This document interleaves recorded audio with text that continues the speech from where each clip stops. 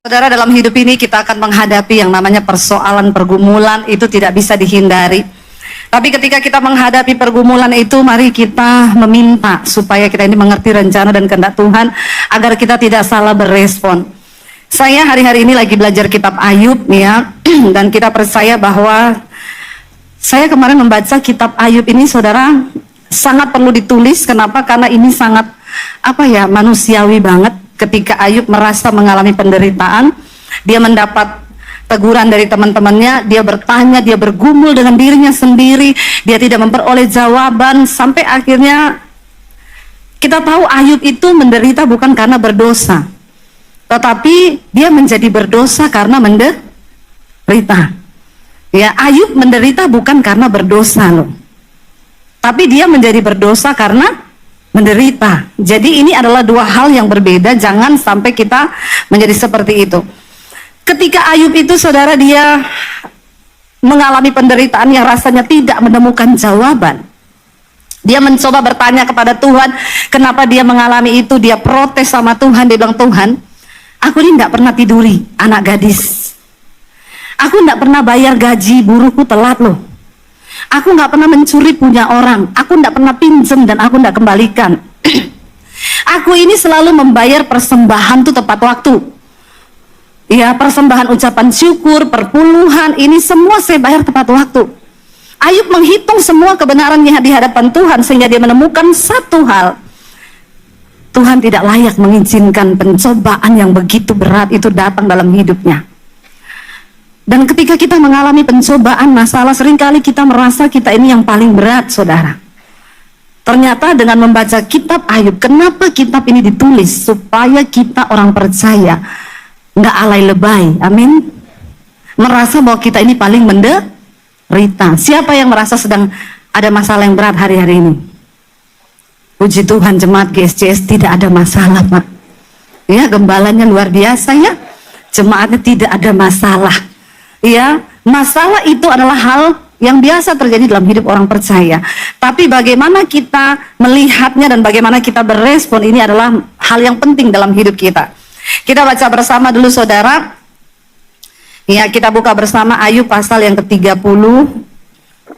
Kita melihat di sana bagaimana Ayub menyatakan semua yang dia alami di hadapan Tuhan. Saudara bayangkan, ketika Ayub itu mengalami masalah, pada saat Tuhan mencabut pagar perlindungannya terhadap Ayub, kita tahu bersama kan bagaimana kisahnya. Iblis bilang, Ayub itu luar biasa. Tuhan bilang, iya, tidak ada yang seperti dia di muka bumi ini, orang yang saleh. Lalu iblis bilang, karena kau lindungi kekayaannya, kau jagai hartanya, kau jagai rumahnya, makanya dia saleh. Coba kalau kau izinkan aku ambil semuanya. Saat itu juga Tuhan mencabut pagar perlindungan atas hidup Ayub. Tiba-tiba orang lari-lari datang melaporkan, Tuhan, semua ternak Tuhan dicuri orang ketika kita lagi menggembalakan.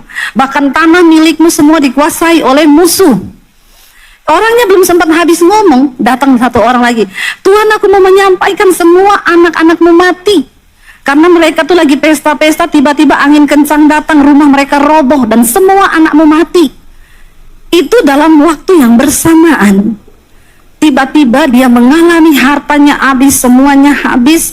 Lalu yang terakhir, Tuhan mencabut perlindungan atas tubuhnya karena permintaan iblis. Iblis bilang, dia masih memuji engkau karena ketika anaknya mati, hartanya habis. Ayub berkata, Tuhan yang memberi, Tuhan yang mengambil, terpujilah nama Tuhan.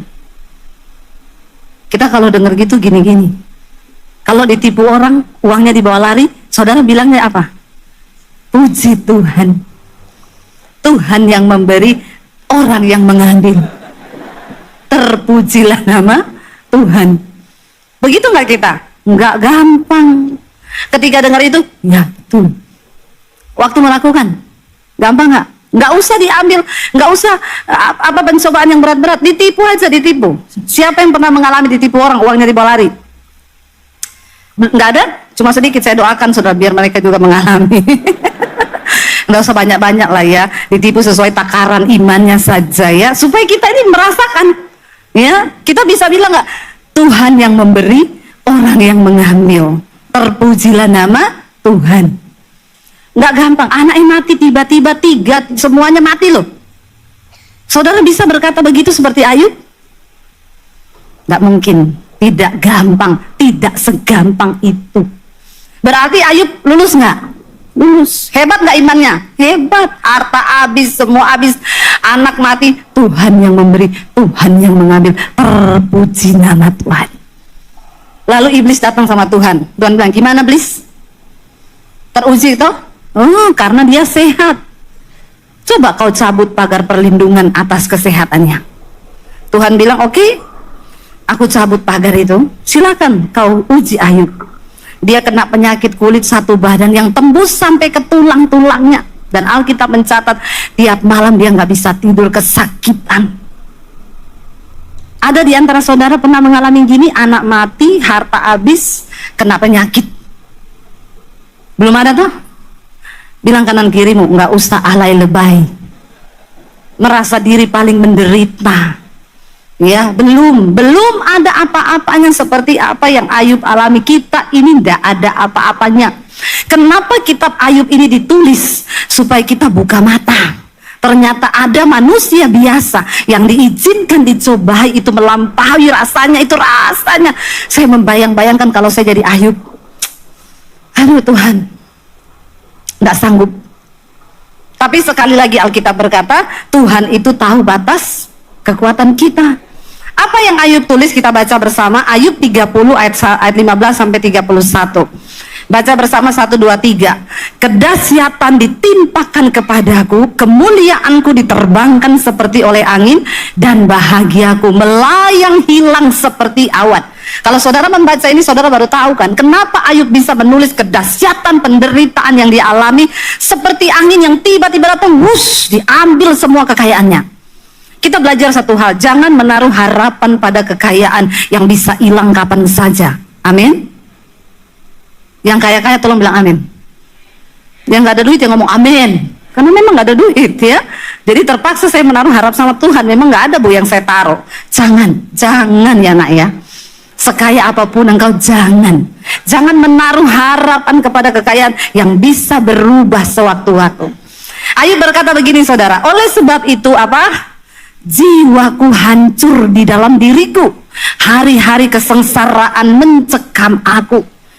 Saya bisa membayangkan orang yang berkata jiwanya hancur itu seperti apa. Lalu dikatakan pada waktu malam apa? Tulang-tulangku seperti digerogoti dan rasa nyeri yang menusuk tak kunjung berhenti. Ada saudara yang malam mau tidur sakit pinggang? Ada yang kalau mau tidur malam tulangnya nyeri karena rematik? Ada? Atau nggak usah jauh-jauh karena asam urat? Ada? Banyak ini ya, nggak usah angkat tangan, bertobat saja ya. Itu rasa sakitnya itu minta ampun kan saudara. Tapi Ayub berkata sepanjang malam, dan waktu ini belum ada dokter yang bisa minta obat anti sakit loh. Nggak ada loh dokter didatangi, saya minta obat anti sakit dong, saya mau tidur ini, minum terus sudah hilang sakitnya. Ada di antara saudara yang pernah merasakan sakit gigi lah, mau tidur malam kena sakit gigi? Tersiksa nggak saudara? Di sini nggak ada lah yang merasakan begitu. Tolong agak-agak respon sedikit, ini jam 2 loh ini ya. Jam 12 ini ya, belum jam. Saudara pernah kan merasakan, kita coba membayangkan sepanjang malam itu rasa nyeri tidak kunjung berhenti loh. Itu sakitnya minta ampun saudara. Dan Ayub berkata, oleh kekerasan yang tak terlawan, koyaklah pakaianku dan ya menggelambir sekelilingku seperti kemeja. Lalu ayat berikutnya dia bilang, ya, ia telah menghempaskan aku ke dalam lumpur dan aku ini sudah menyerupai debu dan abu. Kenapa? Ayub tiap hari pakai baju berkabung, dia menggosok semua luka-luka badannya itu di abu karena dia tidak tahan dengan gatalnya saudara. Penyakit kulit yang begitu luar biasa. Dan Ayub berkata di sana, aku berseru minta tolong kepadamu, tetapi apa? Engkau tidak menjawab aku. Ya, aku berdiri menanti, tetapi engkau tidak menghiraukanku. Betapa sering dalam hidup kita merasa ketika kita mengalami penderitaan, tidak ada orang yang peduli, bahkan Tuhan pun tidak menjawab doa kita. Saudara pernah mengalami ketika engkau berdoa, coba bertanya, tapi kok rasanya tidak ada jawaban, Tuhan tidak bicara, rasanya Tuhan cuek, dia tidak hiraukan kita. Saya banyak kali menerima orang konseling, Bu Debbie, saya itu lagi mengalami pencobaan. Saya bilang cari Tuhan, Bu, sudah Bu. Tapi Tuhan entah di mana. Saya berdoa, saya baca Alkitab, semua buntu, tidak ada rasa apa-apa, bahkan menangis pun udah tidak bisa, air mata saya sudah kering. Dan itu adalah perasaan yang paling mematikan, yang membuat kita ini merasa jauh dari Tuhan. Lalu Ayub berkata di sana apa? Engkau, baca bersama saudara, menjadi kejam terhadap aku, engkau memusuhi aku dengan kekuatan tanganmu. Kita mengatain orang kejam itu tidak bisa sembarang loh, kalau orang itu memang tidak jahat banget. Jahat dan kejam itu dua hal yang berbeda, saudara. Jahat itu ya jahat, kita ngomong orang kamu tuh jahat ya, tapi kalau kejam itu di atasnya jahat. Kejam itu di atasnya jahat. Ayub bilang, kamu tuh kejam Tuhan. Kita ngomong sama orang kejam, sejahat-jahatnya orang, kalau nggak jahat banget kita nggak mungkin ngomong dia kejam. Kita cuma bisa, lu tuh jahat banget ya. Tapi kalau ngomong kejam, itu di atasnya jahat levelnya. Kita ngomong, lu kejam banget loh, kamu tuh kejam. Kejam itu ada unsur sadis loh, saudara. Dan Ayub berkata bahwa Tuhan itu kejam terhadap aku. Hari ini saudara, apapun persoalan yang sedang engkau alami, jangan pernah menuduh Tuhan itu jahat, Tuhan itu kejam, sebab kita ini belum tahu bagaimana jawabannya ke depan, apa yang sedang Tuhan rencanakan atas hidup kita ini belum tahu. Tapi memang manusia itu suka sok tahu. Tuhan maha tahu, kita sok tahu. Saya dulu bertanya, kenapa saya terima Yesus, saya harus diusir orang lain? Tidak, kenapa saya begini, kenapa dan kenapa? Waktu kita ini cenderung hanya bertanya kenapa dan kenapa. Maka pada akhirnya saudara, kita ini menjadi pemberontak di hadapan Tuhan.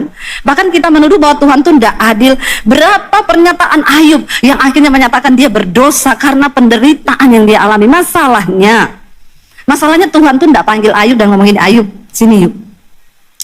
Kamu tahu nggak Ayub, iblis itu menghadap aku. Terus Ayub bilang, oh iya Tuhan, terus iblis itu ngomong bahwa kamu tuh tidak saleh, jadi harus diuji. Kan enak kalau Tuhan ngomong begitu ya. Tapi begini Ayub, tak kasih tahu, nanti kalau iblis uji, kamu sabar aja dulu. Ya karena nanti pada akhirnya aku akan mengembalikan semua yang hilang, yang dicuri iblis itu 2 kali lipat. Kalau Ayub sudah dikasih tahu begitu, Ayub menjalaninya dengan sukacita karena dia sudah tahu jawaban akhirnya. Ya saya tadi bersaksi saudara, saya dulu waktu SMA ya pernah diangkat pakai mobil polisi keliling kota saya. Kita nih lagi belajar soal ujian Eptanas buat besok pagi. Malam-malam belajar kelompok, tiba-tiba datang orang. Saya punya kunci jawaban. Besok kan pelajaran matematika dan fisika. Ini dapat, mau nggak beli? Kira-kira kalau saudara lagi besok mau ujian, ditawari kunci jawaban, saudara beli atau tidak? Sama kita ya. Tapi bedanya waktu itu saya belum bergereja di GSJS. Jadi saya tidak tahu kebenaran dan saya melakukan dosa itu tanpa pengetahuan iman. Kalau saudara sudah gereja di GSJS, saudara melakukan yang sama, parah ini Pak, parah. Ya, bertobat ini. Kami beli, kita urunan duit berapa ratus ribu waktu itu beli. Besok saya sudah hafal semua jawabannya kan, sudah di luar kepala. Besok ujian dengan senyuman karena sudah pegang kunci jawaban. Nggak perlu belajar kali-kali ini karena ini rumus fisika begini, nggak usah. Nomor 1 A, nomor 2 B, nomor 3 hafalannya gini, A B C C D E F G E, cuma begitu saja. Jadi kami itu ujian dengan senyum dan luar biasa. Baru 15 menit sudah ketawa-ketawa, gurunya bilang sudah selesai, sudah. Dan kita tahu hasilnya pasti jangan 100 lah. Ya kita ada salahin 3 lah. Biar nggak terlalu sempurna gitu ya. Besok cepat selesai, itu kan yang saudara mau kalau lagi diuji tuh. Cepat selesai ya. Kalau bisa nggak usah lama-lama di pencobaan ini, cepet Tuhan, cepet. Itu mie instan ya, bikin sakit perut. Lalu yang kedua, kita kan pengen tahu semua jawaban akhir dari hidup kita. Kalau kita ini terlalu kepo, jatuhnya itu bisa melanggar hukum Tuhan. Lalu saudara, kita udah selesai ujian, selesai, polisi datang ke sekolah. Saya sudah curiga, kenapa ada mobil patroli masuk ya? Tapi teman saya bilang, nggak mungkin lah kita. Oh Tuhan, mulai takut ini. Lalu semua murid kumpul di kelas masing-masing, wali kelas masuk. Ya anak-anak, ini ada kisah, ada kasus terjadi. Ada pencuri soal Eptanas ketangkap. Dan dia sudah diperiksa semalam di polisi. Dia buka mulut. Ada beberapa siswa dari sekolah kita yang membeli kunci jawaban. Aduh, saya udah takut. Dan saya akan bacakan nama-namanya biar ketemu polisi. Pertama, Baby Basir. Jangan teriak hu dong ya. Ini memalukan loh ya. Dan adik-adik jangan ditiru ya nak ya. Jangan, ini bahaya. Adegan berbahaya. Hanya dilakukan oleh para ahli saja. Seperti saya. Lalu saudara, kami sudah dikeluarin berapa orang, wanita semua. Kok tertawa ya? Memang perempuan semua kita waktu itu. Kelompok saya aja 6 orang. Naik ke mobil patroli. Kita naik ke mobil patroli. Yang terbuka itu loh. Mobil patroli yang terbuka itu ada kursi 2 menghadap jalan. Aduh, dada-dada satu sekolah saudara. Dada-dada gitu ya. Malu sampai di kantor polisi, dibawa masuk, kita diinterogasi. Kamu bener beli? Iya bener. Dari ini bener. Saya bilang sama orangnya, kenapa juga kau ketangkep? Kau tuh kurang pinter jadi penjahat. Agak pinter dikit kek ya. Lalu ditanya, jadi kenapa kalian membeli kunci jawaban? Saya bilang, Pak polisi, tolong Bapak membayangkan kalau Bapak ada di pihak kami saat itu. Seandainya Bapak menjadi siswa seperti kami yang lagi belajar, besok mau ujian, tiba-tiba ditawari kunci jawaban. Bapak kira-kira beli enggak? Dia bilang, ya bisa dipahami sih. Tanda tangan aja di sini, terus pulang kalian pulang. Yang penting sudah kasih keterangan. Kita bebas hari itu, kita pulang. Tidak bersyarat. Karena ternyata Pak polisi juga akan bersikap seperti kami yang sama.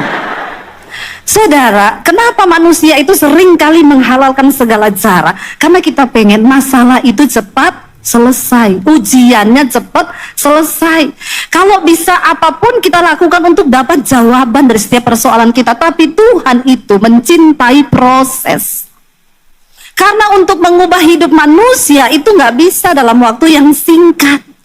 Tuhan pengen dari setiap masalah yang kita alami itu, kita menemukan Tuhan, kita mengerti maksud Tuhan, kita mengerti rencana Tuhan dalam hidup kita.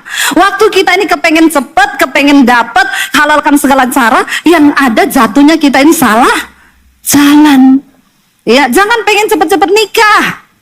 Doakan dulu, amin. Yang muda-muda. Jangan cuma kalau kearisan keluarga ditanyai, lu kok belum nikah?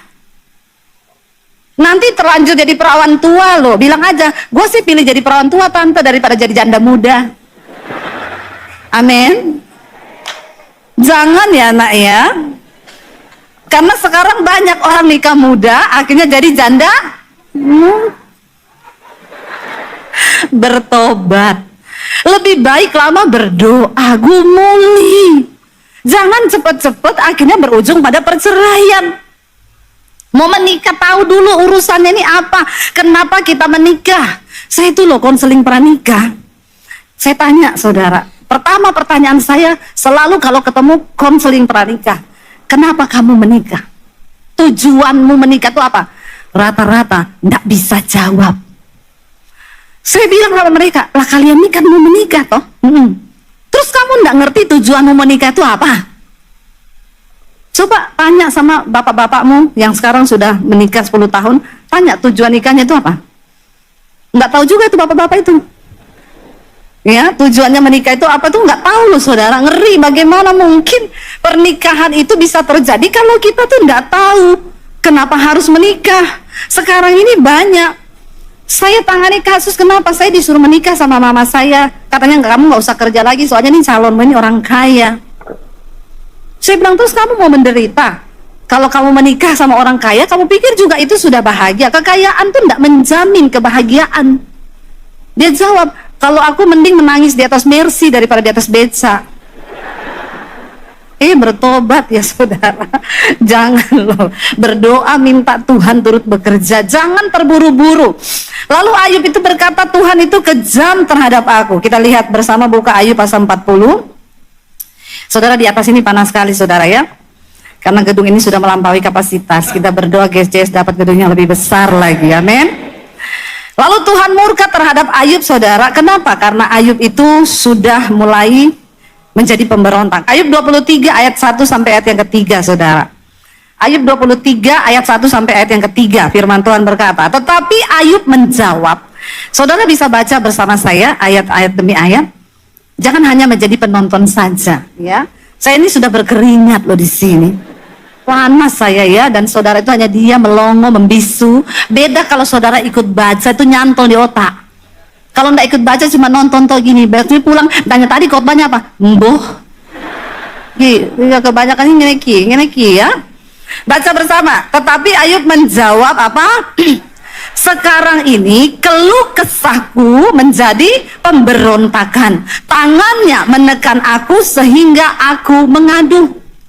Tadinya Ayub hanya berkeluh kesah sama Tuhan. Kenapa begini Tuhan? Kenapa begini? Makanya jangan banyak berkeluh kesah. Kalau lagi ada ujian, ndak usah berkeluh kesah, ndak usah curhat, ndak usah bertanya sama Tuhan juga kenapa. Datang saja sama Tuhan, berdoa, minta kekuatan untuk menjalani, amin.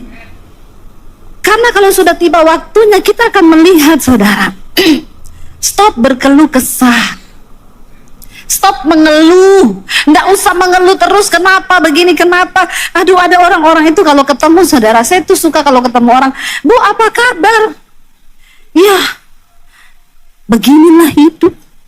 Anakku satu, begini. Suami juga dari dulu nggak berubah. Terus ibu sakit-sakitan terus.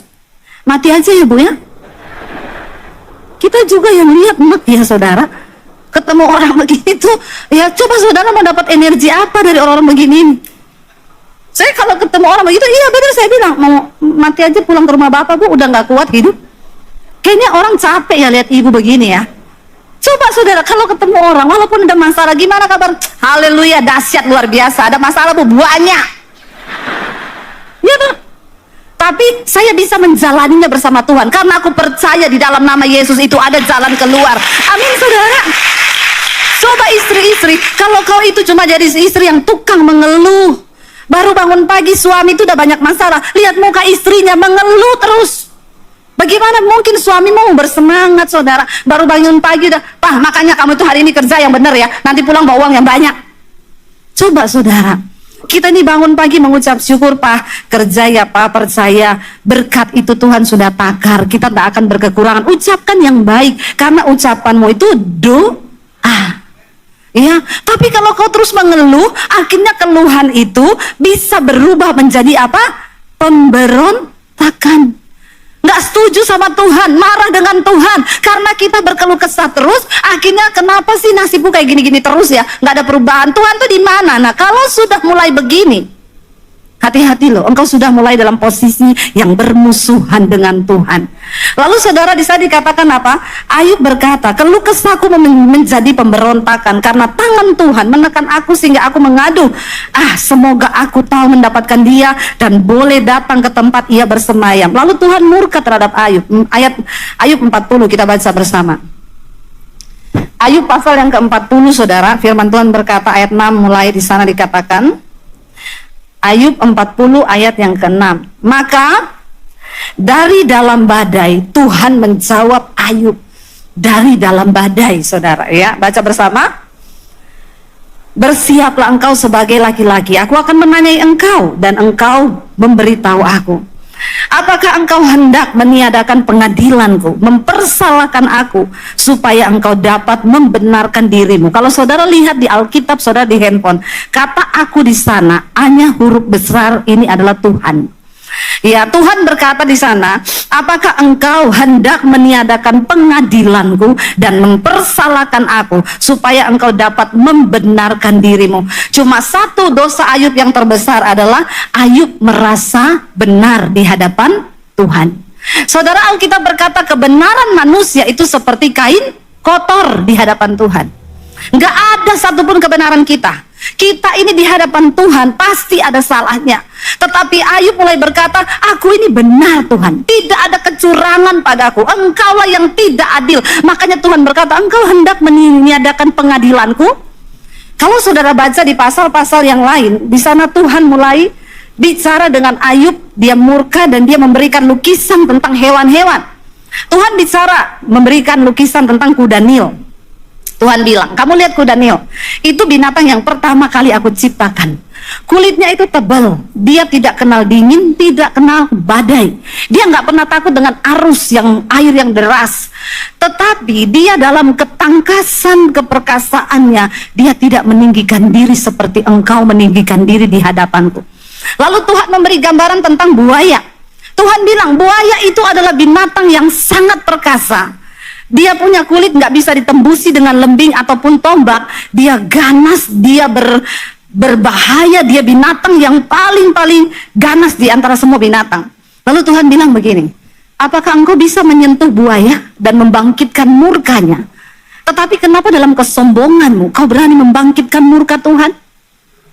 Zaman dulu buaya nggak dipakai apa-apa. Zaman sekarang buaya dibawa jadi tas. Ya, benar nggak saudara? Ya, tapi itu buaya saudara. Saudara, saya mau tanya, siapa di antara saudara yang kalau ketemu buaya berani mendekat dan pegang kepalanya? Ada? Ada di sini? Buaya-buaya darat berani? Bahkan buaya darat pun tidak berani menyentuh buaya beneran. Ya saudara, itu nggak berani orang pegang kepalanya karena dia binatang yang ganas. Tapi Tuhan bilang sama Ayub, tapi engkau dalam kesombonganmu, engkau berani membangkitkan murkaku. Aku ini Tuhan loh. Tuhan loh, yang berkuasa atas nyawamu, atas hidupmu. Jangan pernah kau bertanya begitu. Nggak usah kau berkeluh kesah dan menyatakan bahwa Tuhan itu curang. Saudara, saya kemarin ketemu dengan seorang ibu gembala, dia dari desa. Kemarin kami dari Bali, ada 100 pendeta dari pedalaman. Ya, kita sama-sama berlibur di Bali, saudara. Ini pendeta-pendeta desa, mereka tuh makan aja susah ya. Puji Tuhan lah dapat berkat, boleh liburan ke Bali. Saya mendengarkan cerita kesaksian mereka. Mereka tidak berkeluh kesah tetapi bersaksi. Lalu ada seorang ibu yang bersaksi, dia itu dulu kena di tsunami waktu di Kota Palu. Itu tsunami kan yang mati itu ribuan orang, saudara ya. Dia cerita waktu sore itu sebelum ada acara, dia ngantor karena dia masih waktu itu belum jadi hamba Tuhan full. Suaminya pelayanan di pedalaman, dia kerja sekuler di Kota Palu. Lalu saudara, dia datang sore itu dengan sepupunya 2 orang. Tiba-tiba jam 6 itu terjadi tsunami, gempa bumi yang dahsyat. Dia bilang, ibu saya nggak bisa lari. Ya sudah, pasrah. Dan dia tertutup dengan gelombang yang pertama. Tsunami itu datang, saudara. Dia bilang, saya masuk di dalam air, bu. Itu udah nggak bisa apa-apa. Ketika saya di dalam air itu, bu, saya mulai bertanya sama Tuhan. Tuhan, suamiku pendeta, anakku masih kecil-kecil.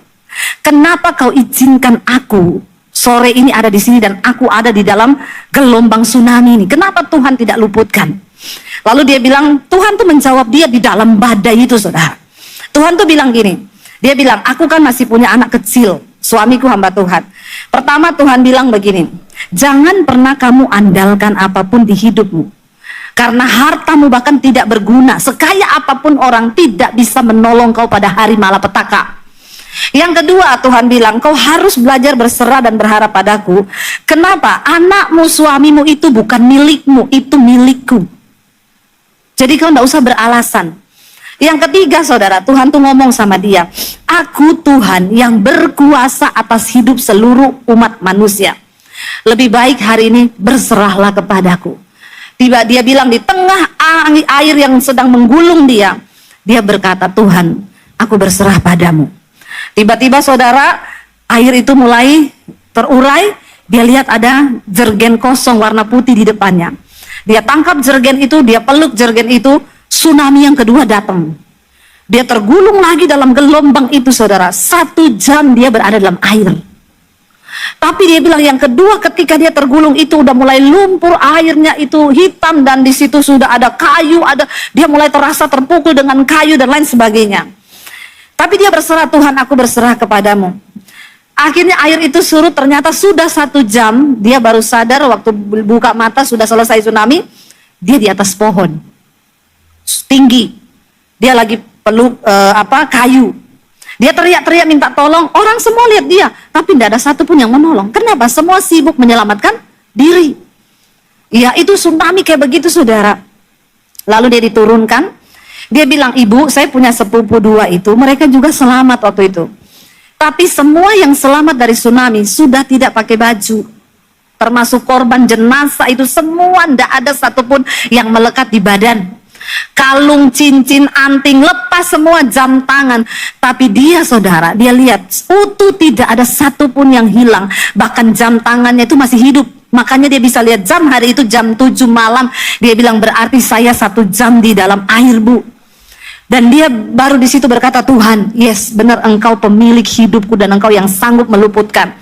Lalu saudara sepupunya itu, ya mereka selamat tapi sudah nggak pakai apa-apa, habis hilang semua. Seminggu kemudian meninggal karena dokter bilang kebanyakan minum lumpur. Tapi ibu ini dia selamat. Akhirnya sejak hari itu dia menyerahkan hidupnya kepada Tuhan. Dia menjadi hamba Tuhan, melayani bersama suaminya di desa. Kita nggak perlu takut apapun saat kita sungguh-sungguh berserah kepada Tuhan, saudara. Iya, sekarang banyak isu tentang akan datang megatrust, gempa yang besar. Bagaimana reaksi kita orang percaya? Jangan takut. Jangan takut. Karena firman Tuhan berkata, Yesus berkata, dia yang pegang kendali atas hidup anak-anak Tuhan, orang percaya. Yang harus kita lakukan hari ini adalah apa? Bertobat. Amin. Tinggalkan semua dosa. Yang masih selingkuh-selingkuh bertobat. Yang masih kepahitan bertobat. Soalnya apa, saudara? Kalau belum waktunya mati, kita tidak akan mati apapun yang terjadi. Tapi sebaliknya, kalau sudah waktunya mati, lebih baik kita siap. Mati tidak mati, pertobatan adalah jawabannya. Waktu kita bertemu dengan Tuhan, asal kita siap. Kematian itu indah loh, saudara. Ya, kita semua akan mengalami yang namanya kematian. Kemarin kita kehilangan Bapak Pendeta Risa Solihin, ya, sahabat kita, orang yang dikasihi Tuhan. Ya, saya juga rasanya nggak percaya kok masih muda banget. Tapi kalau waktunya sudah selesai, ya memang sudah tugasnya sudah selesai. Pertanyaannya kita yang masih tinggal ini loh. Ayo, selama masih ada waktu kita bertobat. Akhirnya Ayub bertobat. Kita baca pasal 42, saudara. Apa yang Ayub lakukan ketika dia ditegur Tuhan begitu keras, Tuhan mengasih tahu apakah engkau sanggup untuk melakukan ini dan itu, engkau itu tidak ada apa-apanya. Akhirnya Ayub bertobat, saudara. Kita baca Ayub 42, maka jawab Ayub kepada Tuhan. Baca bersama dengan suara yang keras. Aku tahu bahwa engkau sanggup melakukan segala sesuatu dan tidak ada rencanamu yang gagal. Ini ketika Ayub bertobat. Ayat berikutnya berkata di sana, firman-Mu, siapakah dia yang menyelubungi keputusan tanpa pengetahuan? Itulah sebabnya tanpa pengertian aku telah bercerita tentang hal-hal yang sangat ajaib bagiku dan yang tidak ku ketahui. Firman-Mu, dengarlah, maka akulah yang akan berfirman. Aku akan menanyai engkau supaya engkau memberitahu aku. Ayat yang berikutnya, hanya dari kata orang saja aku mendengar tentang engkau, tetapi sekarang apa? Mataku sendiri memandang engkau. Saudara, seberapa berat persoalan yang sedang engkau hadapi hari ini, tidak usah bertanya, karena tidak semua pertanyaanmu itu ada jawabannya. Tuhan itu tidak bisa dipahami dengan otak manusia. Bagian kita hanya berkata, ajar aku mengerti kehendak-Mu di dalam hidupku. Saya undang para imam musik maju ke depan. Saudara, biar kita semua merenung hari ini, bawa hidupmu semakin mengerti kehendak Tuhan. Karena kita ada di hari-hari yang terakhir, saudara. Tidak ada satupun yang bisa menyelamatkan kita. Harta, manusia, siapapun. Hanya ketika kembali kepada Tuhan, berhenti bertanya, jalani hidup ini, jalani prosesmu dengan mata yang percaya dan tertuju kepada Tuhan. Bangkit berdiri bersama, kita naikkan pujian ini sebagai ungkapan hati kita.